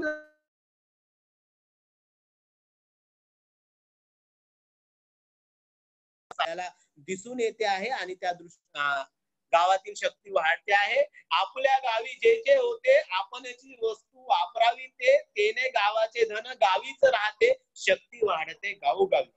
गावाचं धन गावातच राहिल्यामुळे गावाची शक्ती वाढते आणि गावातल्या वस्तू विकल्या जाईल, गावामध्ये संपन्नता निर्माण होईल. नाहीतर गावात सांभार उपाशी मरतो आणि शिकलेला माणूस जोड्या चपलांसाठी शहरात फिरतो. केवढी मोठी आपल्या गावामधली तफावत दिसून येते. केवढी गावाची कदर करणारे हे बुद्धिवान म्हणावे. गावात कपडा विणणारे माल खपत नाही म्हणून फुटाणे फाकतात आणि याला काय पाहिजे, मलमलीची धोतरजोडी पाहिजे. कशाची धोतरजोडी पाहिजे, मलमलीची धोतरजोडी पाहिजे, म्हणून तो शहरात जातो आणि आपल्या शौकासाठी गाव उपाशी मरतात. वारे याची देशभक्ती. त्याला जर विचारलं तर तो काय म्हणत असेल, कोणी काय अशा माणसाला विचारलं की गावामध्ये ह्या साऱ्या वस्तू निर्माण होते आणि तू शहरामध्ये जाऊन विकत घेतो आहे, तर तो म्हणतोय, कोणी म्हणतात आमचा पैसा आम्ही हवा तसा खर्च करू. अशा माणसाला वंदनीय राष्ट्रसंत तुकडोजी महाराजांनी आपलपोटे म्हटलेला आहे. हा माणूस आपमतलबी आहे, आपलपोटे आहे आणि त्याच्यामुळे तो खऱ्या अर्थाने गावाचा काय द्रोही. कोणी म्हणती आमूचा पैसा आम्ही खर्चू हवा तैसा, कोणी म्हणती आमचा पैसा आम्ही खर्चू हवा तैसा, गावद्रोही समजावा ऐसा आपस्वार्थी मानव. हा गावाचा सर्वात मोठा शत्रू आहे.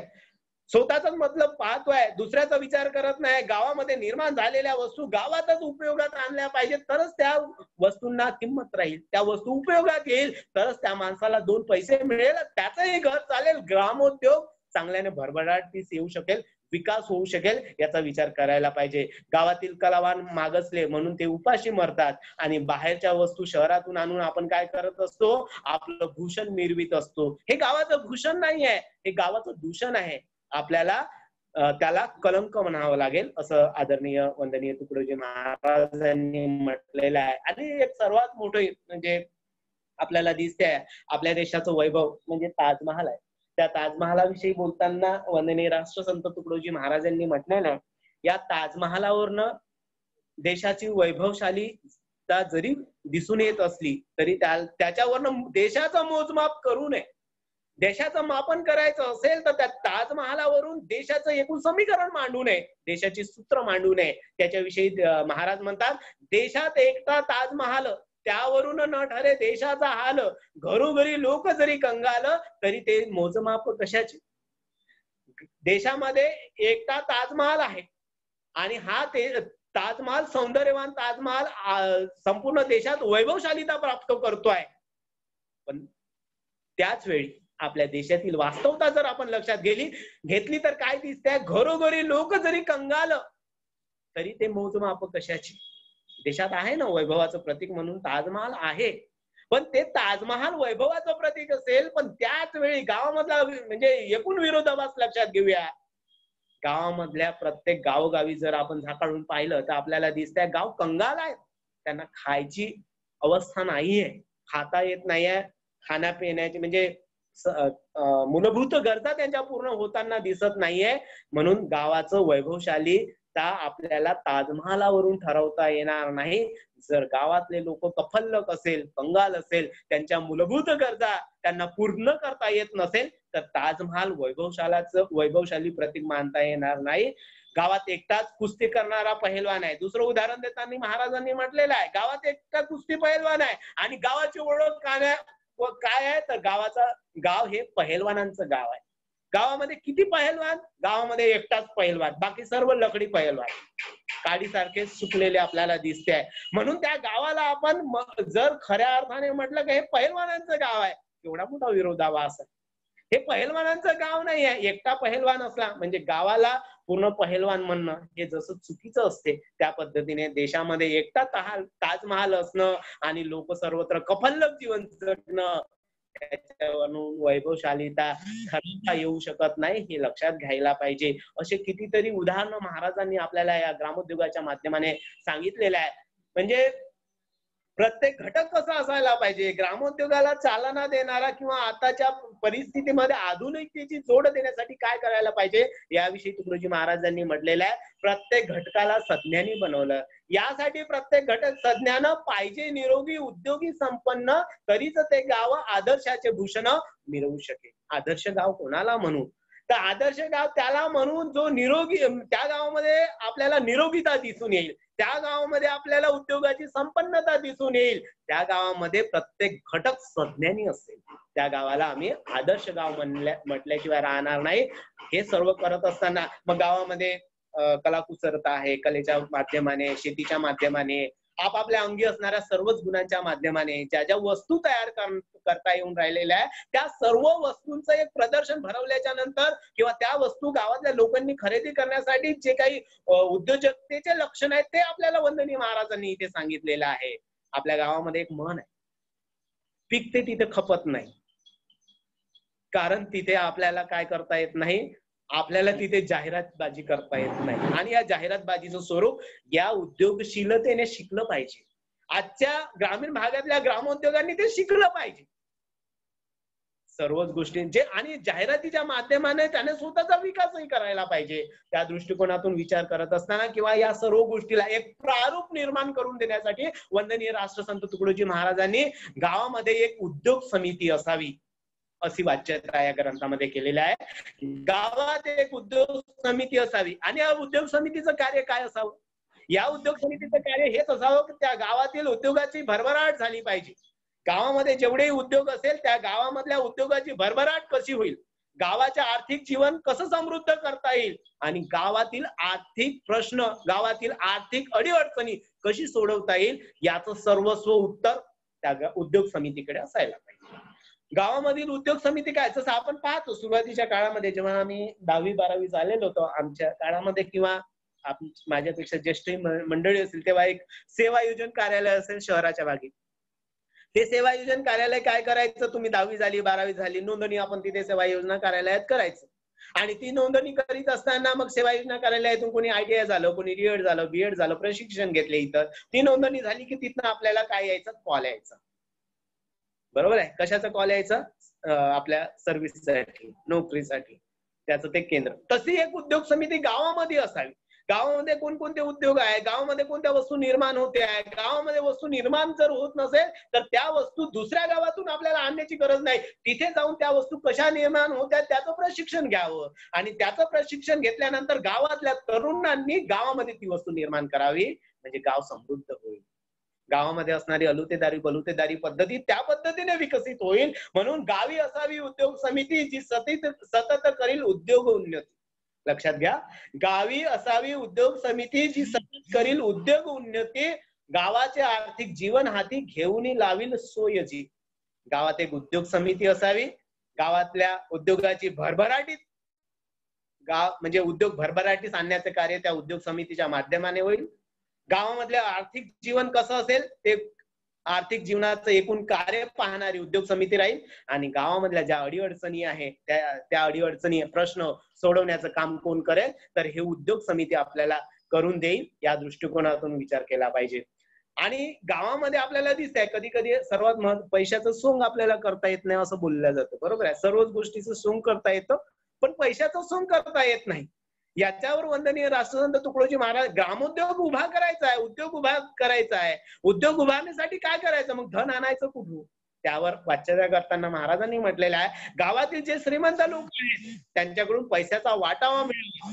काय मिळावा? त्यांच्याकडनं श्रीमंत माणसांकडनं जे गावामध्ये 1%, 2%, 5% लोक जे श्रीमंत असतात त्यांच्याकडून पैशाचा वाटा मिळावा आणि रात्रंदिवस त्यांचा विनियोग गावाच्या कल्याणासाठी करावा. धन कसं उभं करायचं, उद्योग निर्माण करायचे आहे ना, मग उद्योग निर्माण करायचे आहे तर धन उभं कसं करायचं आहे. गावातील जे श्रीमंत लोक आहे त्यांना ग्रामराज्याचं स्वरूप समजावून सांगायचं. गावाचं वैभव कशामध्ये आहे, गाव सुखी तर तू सुखी असं त्याला ठासून सांगायचं. आणि हे सांगत असताना त्याने पैशाचा वाटा गावात आणि मग त्याचा पैसा त्याला सगळ्याचा सहित परत करायचा, आपण असाच घ्यायचा नाही असंही महाराजांनी म्हटलेलं आहे. आणि तो पैसा, आलेला पैसा ज्याच्या बळावर आपण उद्योगाची निर्मिती करणार आहोत त्याचा विनियोग गावाच्या कल्याणासाठी करायला हवा. रात्रंदिवस त्याचा विचार व्हावा. गावी जे जमीनदार असतील ते गावाचे पैशाचे कोठार आहेत, त्यांना मजुरांकडे कारभार सोपविण्यास सांगावे. असे सहकार्य करण्यास श्रीमंत जरी राजी होत नसतील तरी शेतकरी शेतमजुरांच्या बळावर त्यांची थोडी ठेव असते. प्रत्येकाकडे थोडी ना थोडी संचित असते. आपल्याला कोरोनाच्या काळामध्ये ती ठेव दिसून आली. बरोबर आहे ना. सुरुवातीच्या काळामध्ये मार्च एप्रिल 2 महिने तर आपण घरीच राहिलो, कुठेच नाही निघालो, घराची चौकटच ओलांडायची नाही. कारण कोविड-19 होतोय, आपल्या दारातच येऊन बसतो. प्रत्येक जणाने स्वतःला डांबून घेतलं. आजपर्यंत आपल्याला कोणी डांबून ठेवलेलं कधी ऐकिवात आलं नाही, पण कोरोनाने ते आपल्याला दाखवून दिलं. त्याचे चांगले वाईट परिणाम जे व्हायचे ते होतील, वेगळ्या पद्धतीने त्याचा विचार करूया. परंतु त्या दृष्टिकोनातून विचार करत असताना प्रत्येकाकडे जी जमापुंजी असते, ज्या म्हणजे या दुष्काळाच्या दिवसांमध्ये आपल्याला त्या जमापुंजीच्या माध्यमाने काय करता येईल, आपल्याला उपयोगात आणता येईल आणि त्याच्या भरोशावर आपल्याला जीवन जगता येईल. त्या ठेवीच्या भरोशावर थेंबे थेंबे तळे साचे या न्यायाने ती पुंजी एकत्र करावी आणि शेतकरी मजुरांच्या भरोशावर त्याला जोडधंद्याची कास धरायला लावावी. त्यातून गावाचा वस्तू संग्रह करावा, त्याने सर्वांना उपयोगी होईल असे भांडार घर निर्माण करावे. उद्योग समितीला दुसरं म्हणजे उद्योग समिती निर्माण झाल्याच्या नंतर त्याला दुसरा आणखी एक सोबतीचा मार्ग म्हणजे भांडार घर. त्या भांडार घरामध्ये काय असेल तर वस्तूचे दुकान सर्व मिळून निसंशय गावी चालवावे, त्या दुकानात सर्वांची मालकी ठेवावी, हुशार शेतकऱ्यांची त्याच्यावर देखभाल असावी, सर्वांच्या विचाराने व्यापार धंद्याची एकजूट गावी असायला पाहिजे. म्हणजे ज्या पद्धतीने आपण एखादं जसं सामूहिक कार्य करतो, उद्योग धंद्याच्या पद्धती आपण पाहतो, इंडस्ट्रीयल लोकांमध्ये किंवा वाणिज्याच्या प्राध्यापकांना किंवा विद्यार्थी मित्रांना हे सर्व शिकवलं जातं, हे त्यांना ठाऊक आहे. एखादा उद्योग निर्माण करतोय म्हटलं, इंडस्ट्रीयल व्यवस्था कशी असायला पाहिजे, औद्योगिकरणाची व्यवस्था कशी असायला पाहिजे, याच्याविषयीचा जो मार्ग आहे तो मार्ग आपल्याला इथं गवसतो आणि तो मार्ग इथं गवसल्यामुळे गाव समृद्ध होईल, गावाला पुढे जाता येईल आणि गावी एक धान्य भंडार असावे, त्यातून गावाचा व्यवहार चालावा. त्या भांडारामध्ये काय असावे, प्रत्येकाचे शेअर्स असावे आणि त्याचे शेअर असल्यामुळे अडचणीच्या वेळी त्यातून धान्य न्यावे आणि त्यावर सर्व मताने कर ठरवावा. प्रसंगाने त्याचा आलेला मुनाफा सर्वांनी वाटून घ्यावा. त्याला जो काही मुनाफा मिळालेला असेल धान्य भंडार, जसं आपण आता म्हणजे या दिवसामध्ये आपल्याला स्वस्त धान्य दुकानाच्या माध्यमातून किंवा या कोरोनाच्या दिवसामध्ये सरकारने आपल्याला जे काही धान्य वाटप, तसे एक धान्य भांडार गावामध्ये असावं. आपण दुसऱ्यावर अवलंबून परावलंबी जीवनच नकोय. परावलंबी म्हणजे मृत्यू, हा सरळ सरळ विचार आपल्याला राष्ट्रसंतांनी सांगितलेल्या स्वावलंबनाचे धडे आणि स्वावलंबनाचे धडे गिरवणारी ही ग्रामगीता आपल्याला ग्रामोद्योगातून ग्रामराज्याची निर्मिती शिकवते आहे, सांगते आहे. अडचणीच्या वेळी आपल्याला त्या धान्य भांडारातून आपल्याला धान्य घेता येईल, इतरांना देता येईल. गाव सेवा केल्यानंतर काबाड कष्ट करणाऱ्या जीवांना अडल्या प्रसंगी हे गावातलं धान्य भांडार खुलं करून द्यावं. गावाची सुधारणा करण्यासाठी त्याचा उपयोग होईल. गावामध्ये जशी सावकारी चालायची, मी मगाशी तुम्हाला उल्लेख करून दाखवलेला आहे, त्याचा विचार आपल्याला दिसून येते आहे. आणि सर्वात महत्वाचं काय, जसं आपण हे एकूणच भांडवलशाही व्यवस्था सुरुवातीच्या काळात, नंतर मार्क्सने मांडलेली विचारधारा, त्यामधून मजुराला मिळालेली एकूणच वैभवशालीता किंवा त्या पद्धतीने मार्क्सवादी विचारातून मजुरांचं जे होणारं शोषण होतं ते कुठेतरी थांबलं. त्याचा विचार एकूण सर्व ग्रंथांचा सार असणारी ही ग्रामगीता असल्यामुळे मजुरांना त्यांची मजुरी बरोबर देता आली पाहिजे. मजुरांना अतिरिक्त वेळी जर तो काम करत असेल तर त्याला अतिरिक्त मुनाफा मिळायलाच पाहिजे, अतिरिक्त त्याला ओव्हर टाइमचे पैसे देताच आले पाहिजे आणि त्याच्या म्हणजे केवढी मजुरी असायला पाहिजे त्या मजुराची, तर त्याची मुले बाळे सुखाने जगतील अशी मजुरी त्याला द्यावी. मजुरी पूर्ण द्यावी, जेणे मुले बाळे सुखे जगावी, तशीच उत्पन्न वाढवून घ्यावी गावामाजी. गावातल्या या लोकांना खऱ्या अर्थाने शेतीचं आणि उद्योगाचं उत्पन्न वाढून घ्यायचं असेल तर आपल्याला या मजुराला, राबणाऱ्या हाताला, श्रमणाऱ्या हाताला योग्य मोबदला देता आला पाहिजे. आणि कसा मोबदला असायला पाहिजे, दोघांचाच उदरनिर्वाह नाही, त्याचं कुटुंबाचा उदरनिर्वाह कसं होईल. आणि कुटुंबाचा उदरनिर्वाह म्हणजे केवळ खाण्यापिण्याची व्यवस्था नाही, तर त्याची मुलं बाळ कशी शिकू शकेल, त्याच्या घरी आलेल्या एकूणच परिपाहुणा कसा चांगला जीवन करू शकेल, या सर्वाची व्यवस्था म्हणजे त्याची मजुरी असायला पाहिजे. हे वंदनीय राष्ट्रसंत तुकडोजी महाराजांनी आपल्याला सांगितलेले आहे. आणि या उपक्रमाने सर्वांना सुखी होईल आणि त्याच्या जीवनाची भूक मिटून जाईल व आर्थिक स्थितीने तो संपन्न झाल्याशिवाय राहणार नाही. तेव्हा ग्रामराज्य सुंदर निर्माण झाल्याशिवाय, याने सर्वांस मिळेल सुख, मिटेल जीवनाची भूक, ग्रामराज्य होईल सुरेख, आर्थिकतेने समृद्ध.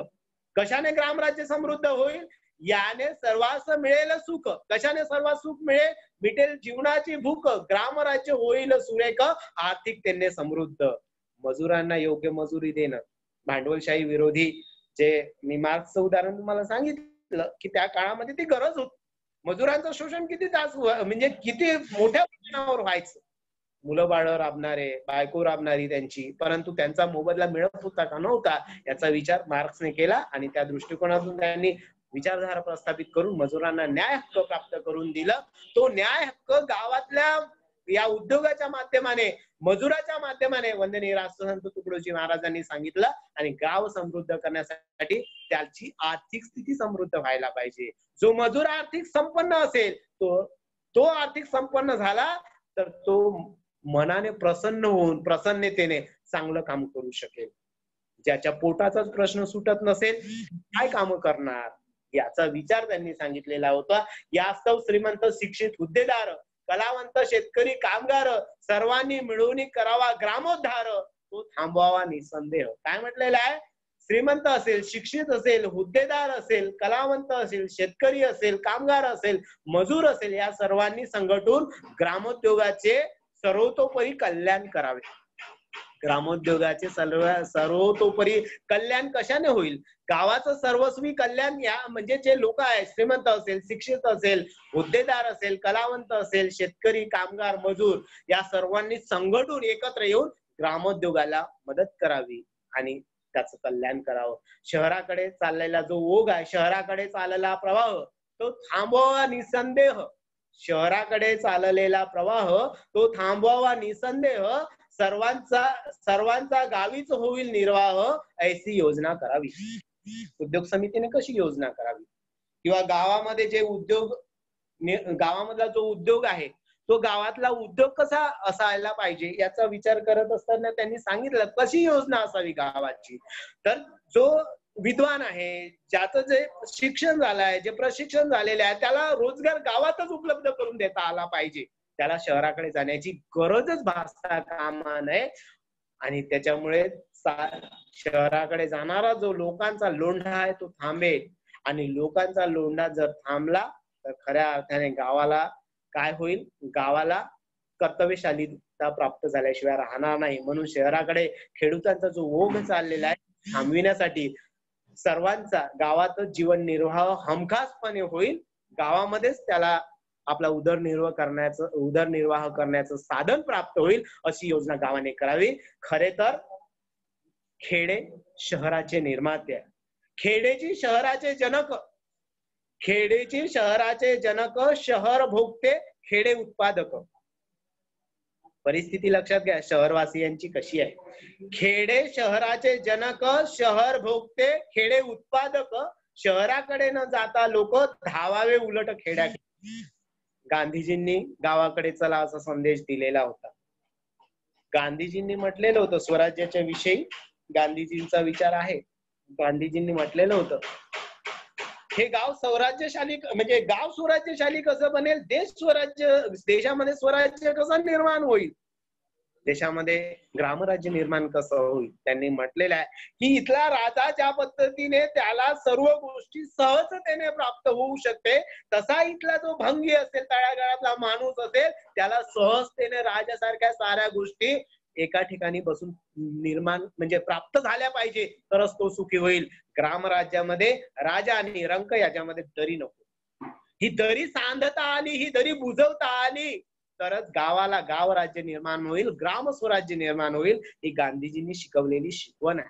म्हणून त्यांनी गावाकडे चला, खेड्याकडे चला आणि त्यांनी सांगितलेलं आहे शहराला उद्योगशाली बनवायचं असेल तर शहरात नाना तऱ्हेचे व्यवसाय दिसताय, नाना तऱ्हेचे प्रशिक्षण केंद्र दिसताय, नाना तऱ्हेच्या सोयी सुविधा दिसताय.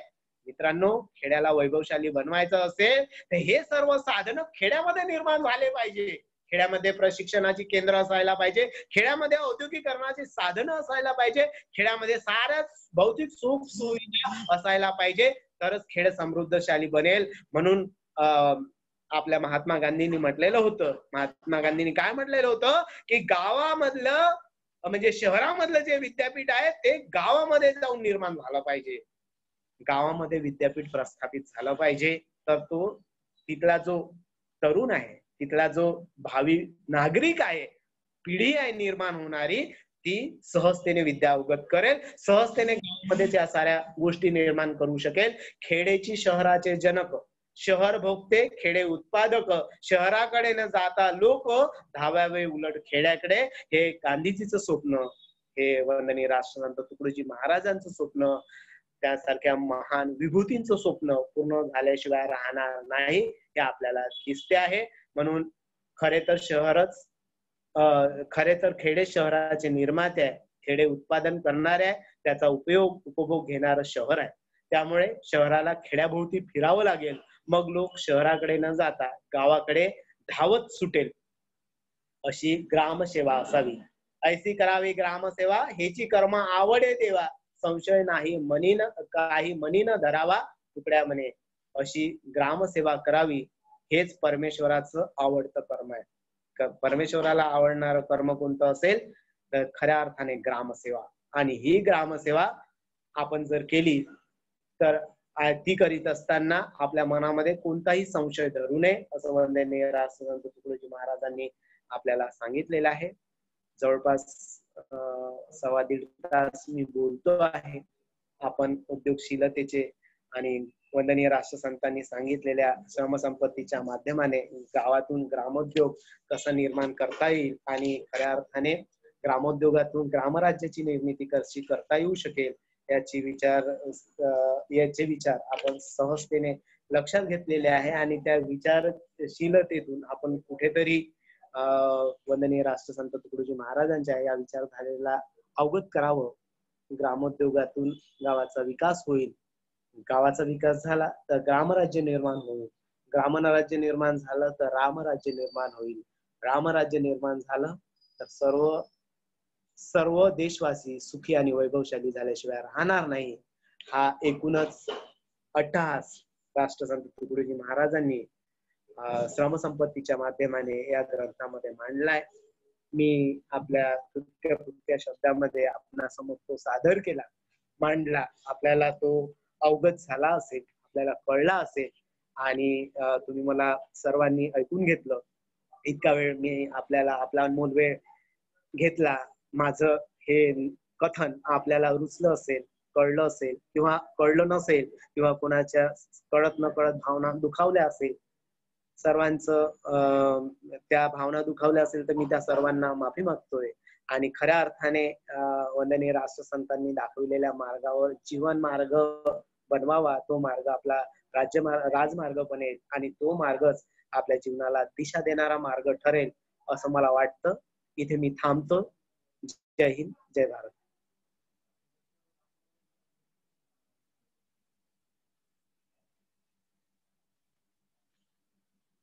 धन्यवाद सर. मेश्राम मॅडम ऐकताय तुम्ही? Meshram madam, Meshram madam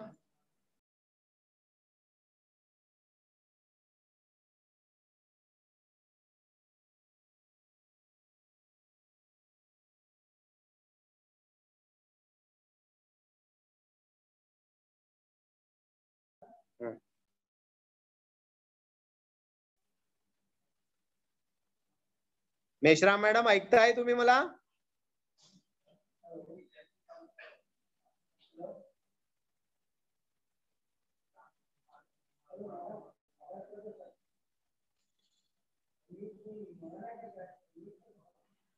देशभ्रता sir आपण आहात का? झाडे सर आहेत का? मेश्राम मॅडमला अनम्यूट करा.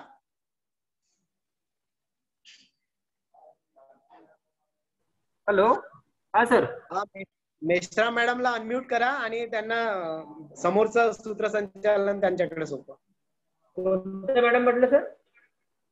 Meshram madam, Neeta Meshram madam. बरं बरं बरं, बघतो. मेश्राम मॅडम अनम्यूट करा तुमच्याकडनं. केलं सर, केलं. आता आवाज येतोय का माझा? हो हो, येतोय मॅडम. ठीक आहे, सुरू करायचं? आवाज येतोय मॅडम? हो हो, सुरू करायचं का? हा मॅडम. ठीक आहे, ठीक आहे. माननीय देवमन कांबळे सरांनी आज ग्रामोद्योगातून ग्रामराज्याची निर्मिती यावर अतिशय अभ्यासपूर्ण आणि व्यासंगपूर्ण असे विचारपुष्प आपल्या पुढे गुंफले आणि खरंच त्यांनी आपल्या वक्तव्यातून अतिशय ग्रामराज्य आणि ग्रामोद्योग हेच आपल्या नजरेपुढे आणले.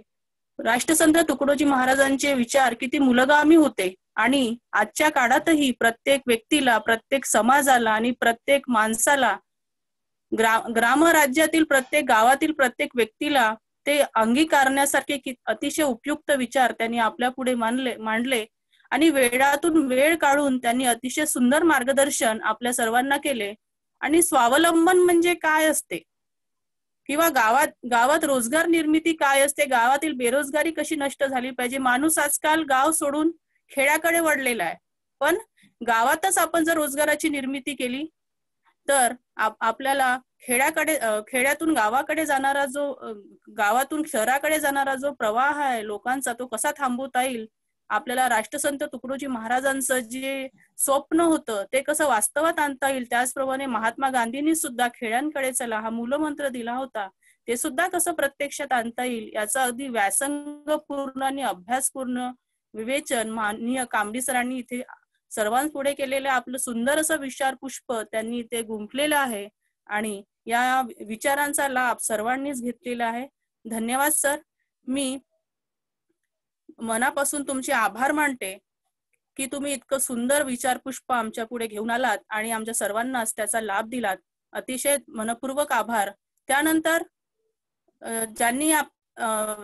त्यानंतर आदरणीय डॉक्टर सुहासिनी वंजारी, अध्यक्ष अमर सेवा मंडळ यांचेही मी आभार मानते. त्याचबरोबर आदरणीय बाबूरावजी झाडे, कार्याध्यक्ष जीवन विकास एज्युकेशन सोसायटी नागपूर, यांनी या कार्यक्रमाला प्रत्यक्ष अप्रत्यक्ष सहभाग दर्शवला, त्याबद्दलही मी त्यांचे आभार मानते. त्याचबरोबर माननीय ऍडव्होकेट अभिजित वंजारी, सचिव अमर सेवा मंडळ, यांचेही मी मनापासून आभारी आहे. त्याचबरोबर माननीय श्री राजेंद्र झाडे, सचिव जीवन विकास एज्युकेशन सोसायटी नागपूर, यांनीही प्रत्यक्ष अप्रत्यक्ष सहभाग या कार्यक्रमात दर्शवला, त्याबद्दल मी त्यांची आभारी आहे.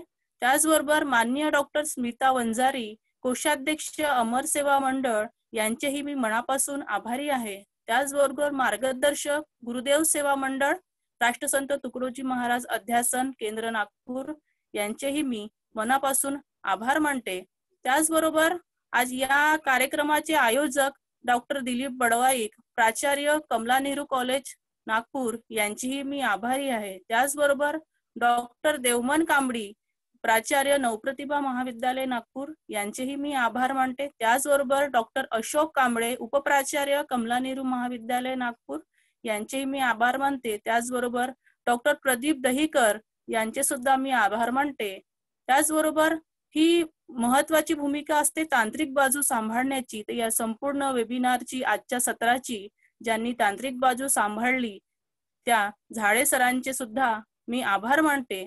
त्याचबरोबर कार्यक्रमामध्ये ज्यांनी सहभाग दर्शवला त्या सर्वांचे आभार मानते. त्याचबरोबर डॉक्टर देशभ्रतार सर यांचे सुद्धा मी, संयोजक यांचे सुद्धा मी आभार मानते. तसेच ज्यांनी या कार्यक्रमात सहभाग दर्शवला त्या सर्वांचेच मी आभार मानते.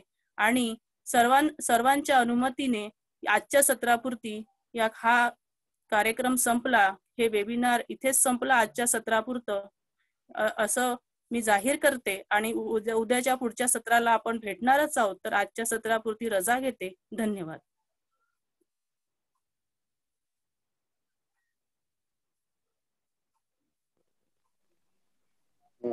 लिहू व्हायचं झाडे सर, लिहू व्हायचं. हो सर, हो मी करतो, एंड करतो.